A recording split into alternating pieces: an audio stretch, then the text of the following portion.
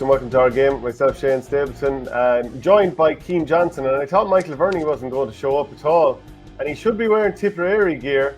Michael, what's after happening? You said that if Tipperary won the minor All-Ireland, you'd wear Tipperary gear. Yeah, no, when we were talking about hurling, I'll wear it, no problem.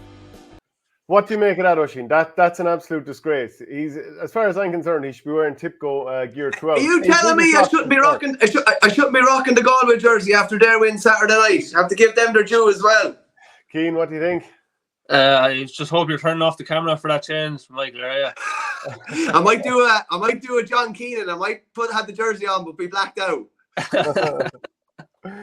Okay, do you know what? We're obviously going to talk plenty about the minor All-Ireland, and I believe we have a guest coming on as well, Michael. Yeah, we do indeed. I think he's coming from the south of France as well. Shane McGrath's jumping on. I don't know how I'm going to deal with two very, very happy Tipperary people, but you're listening. You deserve it. In fairness, as I said on Twitter the other day, I don't think, their achievement to win All Ireland with 13 is one thing, but getting the whole country behind Tipperary is a whole other achievement completely. Different story altogether. Yeah, and by the way, we're brought to you by OurGaretro.com. If you want to get 15% off the jerseys, go to the website and use the promo code OurGame. You'll get a great jersey like this. Michael is obviously going to be sporting his sooner rather than later. Cian, though, before we get on to the hurling, we have to talk about the football. And do we sort of try to tactically analyse what went on between this team, that team, or the other team? Or do we say, oh my God, that was muck? Yeah, it's hard to know. I suppose you can just bang out all the cliches that it was an arm wrestle and games of chess and all this type of crack. But I suppose you have to call it as it is.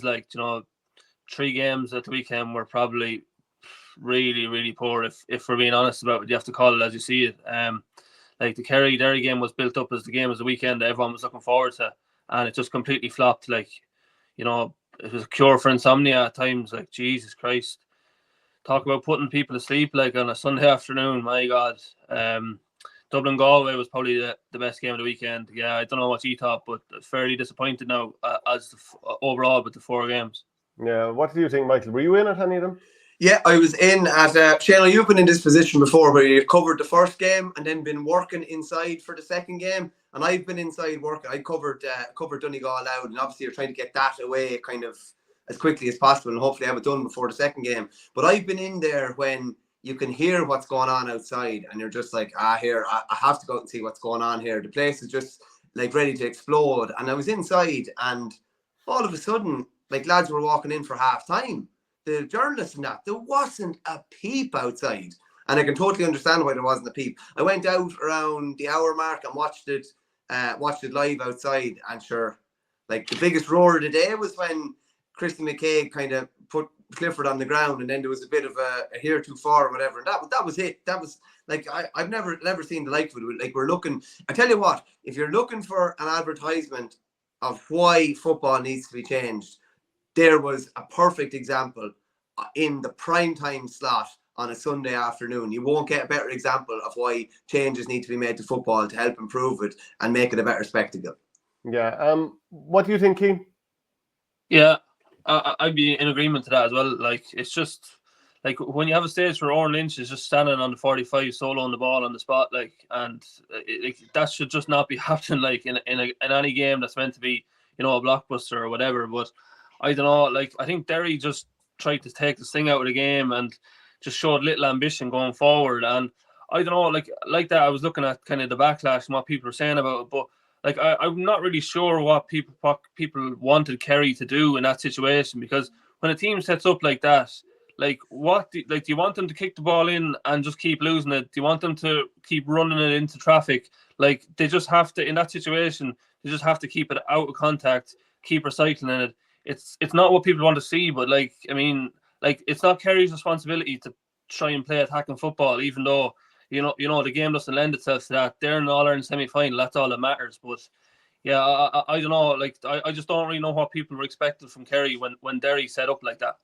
Do you know, I thought it was just 2 teams playing really cautious and hope the other team would make a mistake. And we've seen from Derry throughout the championship, Cian, they just are giving up the ball that bit easier. Now, obviously, there was all the high-profile goals that they conceded earlier in the season, and Oran Lynch became kind of the face of that, rightly or wrongly. But in this game, the amount of times that they were carrying the ball upfield and they did something sloppy and just gifted the ball to Kerry or took on a shot from 50 yards, 40 yards that wasn't on, that happened a couple of times. I was just like, okay, the battle of the boredom was won by Kerry because they kept their concentration a bit better. Yeah, exactly. They were just sharper on the ball. But I don't know, like they were making the point on the Sunday game that like Derry lost kind of their punch from their defenders going forward because they were doing man marking jobs or whatever. But like they would have been doing them in other games as well. And like we've seen in modern football now, like almost the best way to keep, forwards on the back foot is to go forward. Like we've seen McCluskey and McAvoy do that. Like McKinless, like he had a goal chance after about 20 seconds. If he had buried that, maybe he might change something. But I don't know, like if you had said before the game that like the two Cliffords and Sean O'Shea would contribute 2 points from play and like Kerry's most attacking defenders, Tom O'Sullivan and Gavin White wouldn't score. Like, geez, you give Derry a fair chance then. But I don't know, maybe they just went to concentrated too much on the defence. They didn't have a plan going forward. Like outside of McGuigan, they hardly fired a shot. Like I think starting forwards were taken off. Look, they just I don't know. It kind of just summed up their season really. Yeah. Styles make fights, Michael, but when both teams' style is to stand off and go full, I suppose, what's the boxer again? Mayweather. When both of them are going Mayweather, play defensive only, we're not going to make mistakes, we'll stay concentrated. It basically just ends up with what we had here, which was two teams standing off each other. Like you need at least one team going balls out to win the game for that to be in any way entertaining. Yeah, listen, one county is more culpable than the other for the style that they set up in. It's difficult for Kerry to go balls out, as you say, when you have that set up in front of you. Listen, like Dublin tried it maybe against Donegal in 14, and Donegal were able to hit them on the counter attack. Maybe that's what Kerry or what Derry were hoping for, that they'd be able to get a couple of goals in a break or something like that, or 4. But Kerry played pretty ultra safe, mirroring what Derry were doing as well. Listen, it was a terrible spectacle. There's no point in saying any different. One of the major questions I would have coming out of it is like what do you reckon, Cian? Will Mickey Harte be there in 2025? He's somewhat salvaged. Their season was on, they were right near the summit, people thought, on the 31st of March. They were at the very, very bottom. They were maybe halfway back up again going into yesterday. What's your kind of feeling on it? Will he be there next year? Jeez, it's hard to know. Yeah, I don't know. Maybe will it be a players' meeting or whatever, and I don't know, decide collectively. But like it was almost like a 2022 performance under Rory Gallagher when they weren't really ready that time against Galway. It's kind of just they went to Croke Park maybe rather hoping than in expectation. But like based off their league this year, like that league game at Dublin, and going so hard so early, and look, we talked about it over and over again about bringing the Glen lads back in that. Look, maybe it backfired, and I think, we'll be on next year talking about the league. Like Mayo blew up last year after a strong league. Derry again this year. The league has it been ever less important for the top teams. But going back to your question, geez, I don't know. I think it probably will be harsh only to give him 1 year. I'd say maybe he might get a second one. I don't know. What do you think? The thing is whether you've both been in dressing rooms, I'm sure, where it's potentially getting a bit toxic. It's not right. Maybe he would sense that now is the time to walk away, or maybe it's not like that. Maybe there's no toxicity in there, and he knows that, and they're all ready to go for next year. But he probably didn't maybe see the writing on the wall in Tyrone. That was his own county. That's a bit different. I think if you saw the writing on the wall in a county where you were a nemesis almost coming in, what do you think, Shane?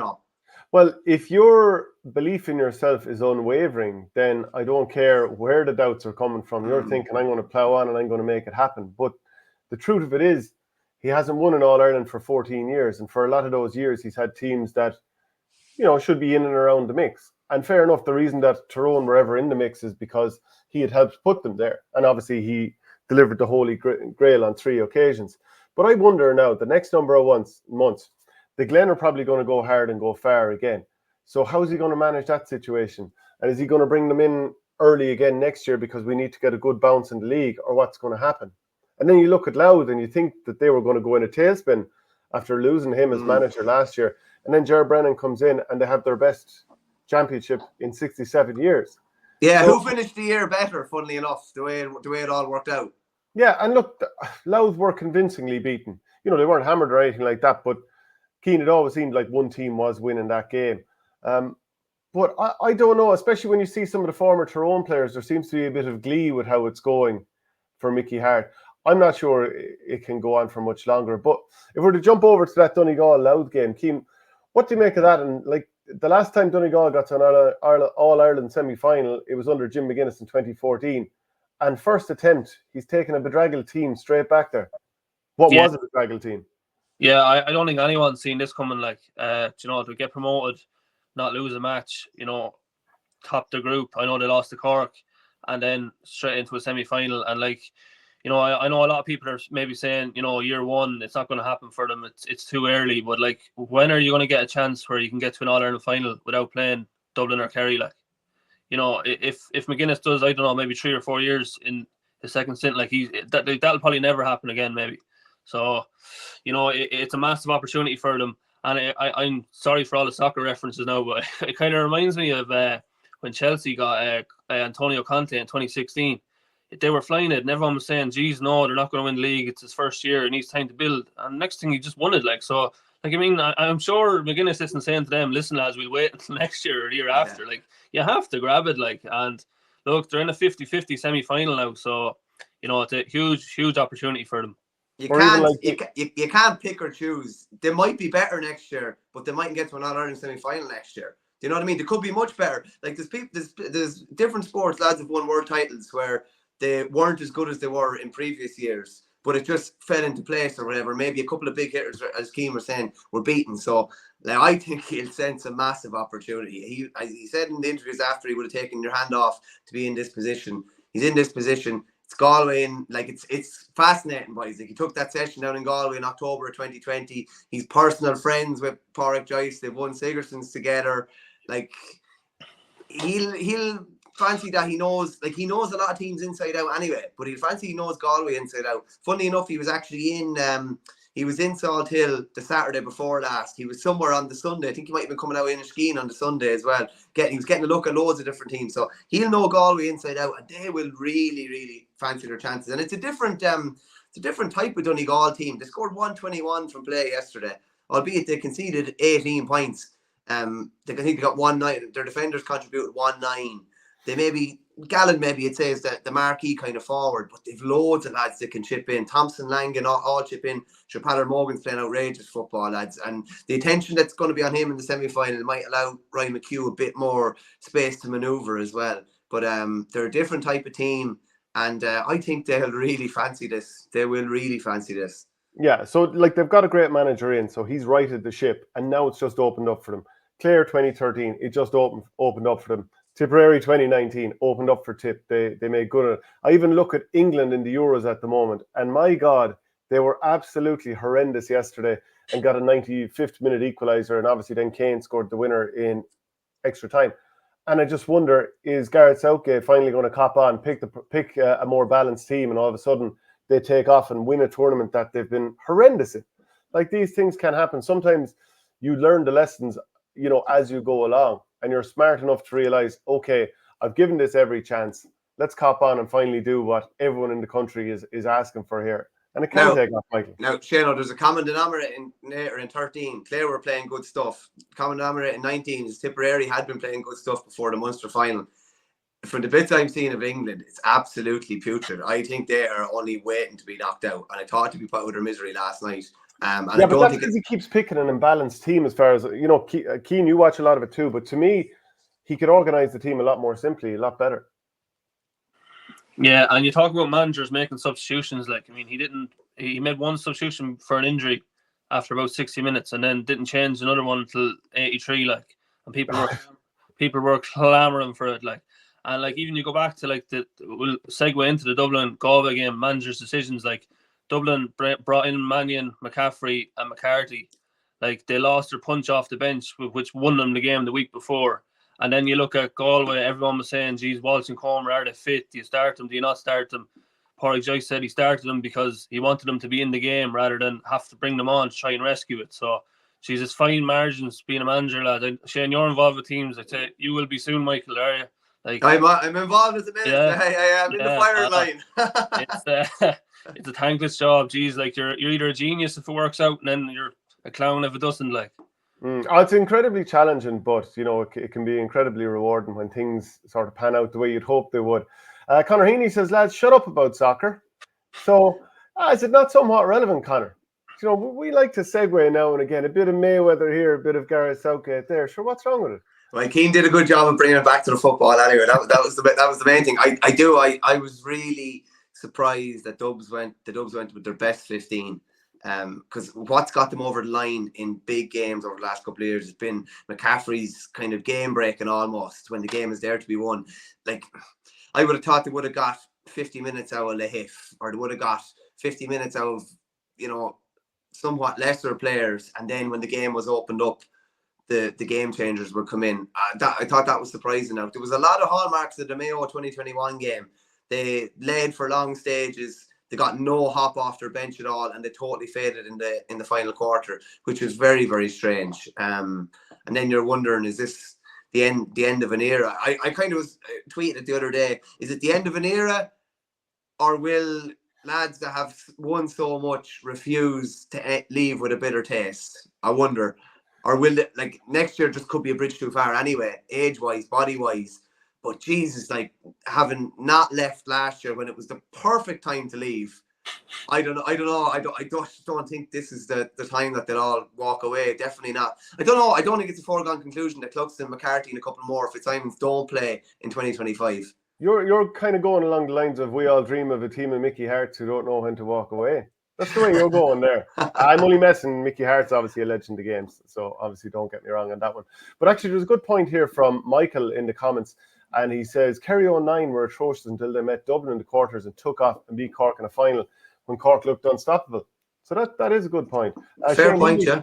Shane Healy says, not a big football fan, but how many times during the weekend did players take the ball up to around the D and turn and kick it and pass it backwards? Jesus, can they not kick it over the bar? So negative. Keane, I saw an example, look, and Tony Brosnan's a really good footballer, and I tweeted at the time, but one time he got the ball, as we're looking at it, he was on the Hogan stand side, close to that stand, and probably in around the 21. He kicked past the ball 70 yards backwards so that they could switch the play, and I was just like, that just sums up everything that's wrong with modern football. Yeah, exactly. Yeah, like, there's too many players turning down shots like that just shouldn't be turned down. And like, I know everyone's looking for the high percentage shot, and Dublin under Jim Gavin like probably have everyone, in this kind of mode. But like at some point, like it has to be like, when do you cash out? Like when is a 6 out of 10 shot worth it? Like, if it goes wide, it goes wide. Like, I think like Loud had 34 shots yesterday against Donegal or something. Like, I mean, if you offer that to a team before a game, like, yeah, you're going to lose the ball and you might have a kick out, but you can set up and press that then, especially if you're Kerry the way Derry were playing yesterday.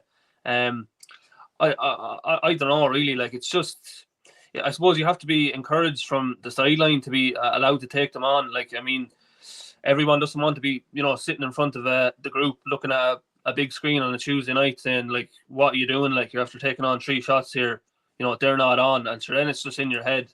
Have you been that guy, Keane? No, I'm all right. Maybe a right-footed one, I'd be getting question marks. But if not, I'm all right.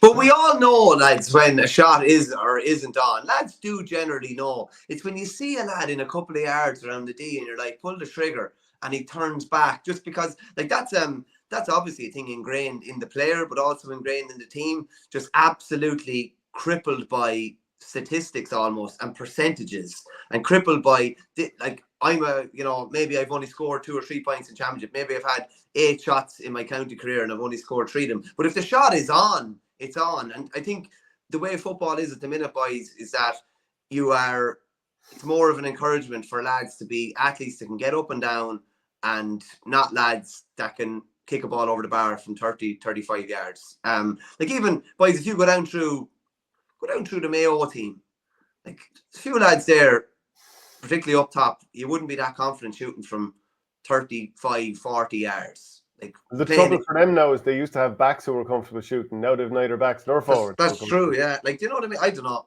It happened a couple of times. You're referencing the Loud game there as well.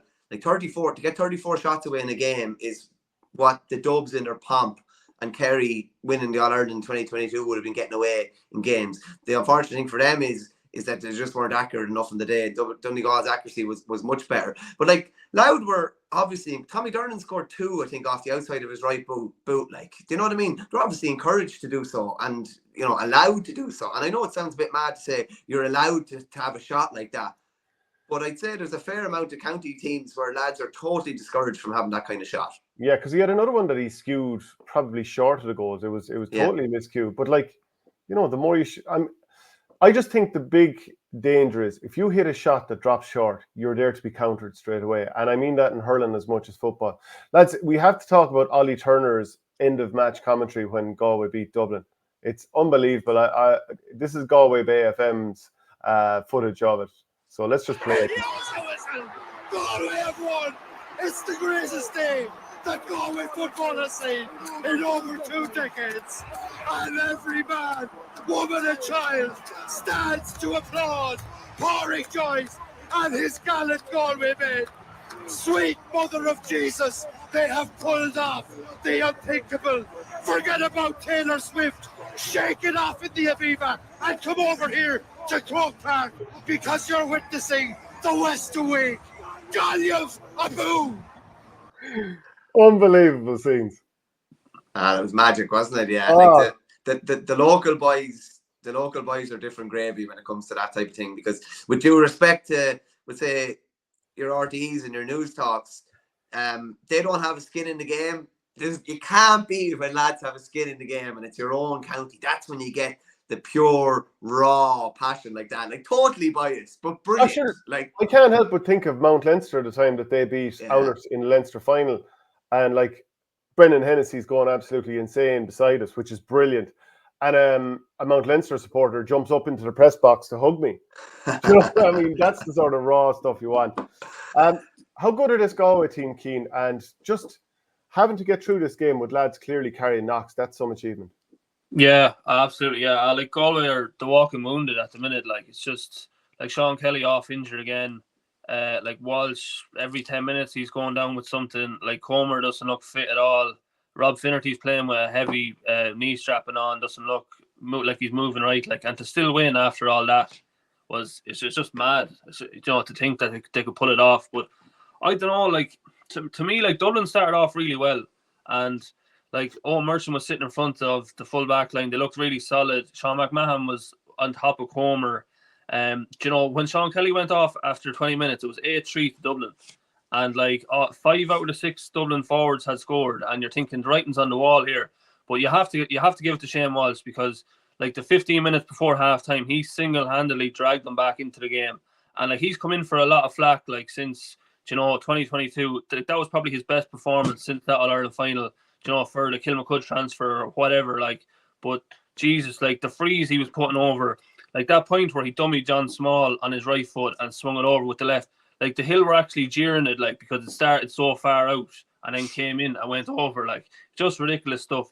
And like, just to have them in touch at halftime at 11-7, you know, it just kept them in the game. And I don't know, boys, but like, I think Dublin played with almost like they weren't paranoid enough, like, to think that, you know, like, Galway could actually come back here. It was almost like we thought we had them at arm's length, like, and like, Galway just stormed into the game. Like, Matthew Tierney won the throw up, gave it to McDade, put it over. You know, they started to come back, and geez, McDade was unbelievable. Deadly, like, yeah. Like, I know we've been saying it all year that Galway have injuries, and you always reference him, and he just hasn't got back to that 2022 form where he was in the running for Footballer of the Year. But my God, like, it was just one of them performances like that where you're watching it and you're like, if he ends up on the losing side now, it's gonna be such a pity. Like, you know, he single-handedly dragged them into contention in the second half. I don't know, for Dublin, like, they lost that punch off the bench. You look at Galway's bench, like, Tom O'Culhan came on and scored a point. Cian Darcy came on and scored a point. Johnny Heaney came on and scored a point. Like, Galway got the punch off the bench, Dublin didn't.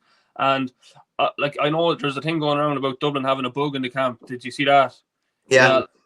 Like, I don't know. Like, to me, like, before I heard that, it actually, like, it did look like Dublin ran out of steam a little bit rather than a tactical thing, because it looked like about Cork actually against Dublin in the hurling a couple of weeks ago. Yeah, like, it looked like they ran out of steam, because every time Galway came forward, they seemed to get a shot away. Like, there was no aggressive, hands-on turnovers, anything like that. And then when Dublin went up, they were giving away sloppy turnovers. They just looked a small bit off it. But like, even having said all that, like, you know, like Tom Lahiff gave away a terrible turnover towards the end with a left-footed pass. He overshot it to McCarthy, and Tom O'Culhan scored a point. But like, there were 2 points down. They still, like, Con won a free, got it back to won the kick out again. They still, after all that, manufactured a shot. Like, Con had a shot at the top of the D. He just pulled it a small bit. Like, so, you know, like, these are the things that you look at, you know, the bench or whatever else happened during the game, but they still had a chance to draw it. So, like, you do have to give it to Dublin. Like, you know, they never go down without a fight. But you know, it was massive for Galway. And just on the boys, you know, retiring, like, it's hard to know when to go off the stage. Like, it's so difficult, like, because, like, at the start of next year, like, Cluxton will be 43, Fitzsimons will be 36, McCarthy will be similar.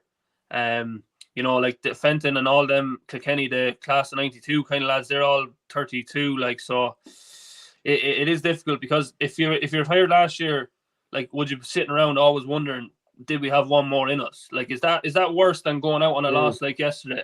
Like, it's hard to know. Yeah, because, like, in 10 years' time, nobody will be talking about the extra season they stayed on. It's not like they're going to stay on for 12 extra seasons. It'll be maybe one. People will still talk about, yeah, they've won it all. Come here, look, we haven't talked about Armagh against Roscommon just yet. We might come to it, but let's do it while we're doing a football power rankings based on the teams that are left. Michael, who's going in as number one here? That's not an easy answer. Oh, God. Not easy at all. Like, it's a Kerry are still untested. You don't know how good, really. Like, Derry weren't that good probably yesterday. Kerry they played a tight game yesterday. I wouldn't say they played an unbelievably competitive game that will have them, you know, cherry ripe for a semi-final. Donegal have had one loss this year. I was impressed with them yesterday. I think their defence will tighten up. I don't think they'll shoot nearly as much in the semi-final. Galway have beaten the reigning All-Ireland champions. They're probably the ones that deserve to be won. But that's not necessarily... I don't even know if they'll be in the final, genuinely. I've thrown in Donegal as number one. They're my number one. This is reckless, boys. This is reckless. See, what do you think?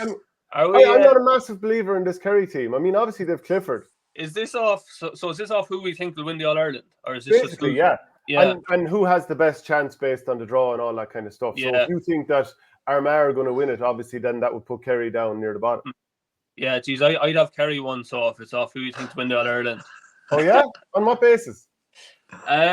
Just because, well, first of all, I think they're playing Armagh, which I'd have Armagh for, so I think they'll be in the final. And then I just think, like, again, I don't think they're the best Kerry team we've ever seen, but they're very experienced. Like, you know, I think off that 2019 team that lost, or that threw the All-Ireland and then lost the replay at Dublin, like, I think there's nearly 10 or 11 to start yesterday and another 2 or 3 off the bench. So, stayed on too long, Cian? Have they stayed on too long? There's the fine little balance, isn't it? It's better to go off the stage when the crowd are shouting for more sometimes. But I just think they're that bit more experienced. Even a performance yesterday, like, just not getting dragged into Derry's kind of, you know, sitting back and just winning efficiently. I think they can do that again against Armagh, and then they'll be in the final. So I'd have Kerry one anyway. What do you think, Michael? I'd agree. I definitely would. I think are we all in agreement that Armagh are 4? Yeah. I think it's an interchangeable feast thereafter. I think what about that? I don't know. I do think Donegal will be in the final. But right, okay. So you expect Jim McGuinness to take down his old buddy, Pádraig Joyce? I do, actually, yeah.